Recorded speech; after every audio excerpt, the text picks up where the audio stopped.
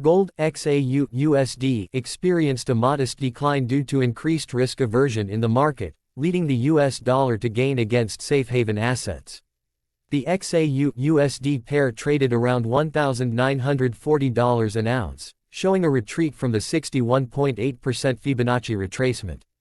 European concerns persisted as inflation surpassed expectations, presenting a challenge for the European Central Bank's (ECB) rate hike decisions. The ECB indicated a potential September rate hike if inflation control isn't strong enough. In contrast, the US saw expected inflation easing, indicating economic resilience and potentially avoiding a recession. The upcoming focus shifts to US employment figures, including the non-farm payrolls report for August.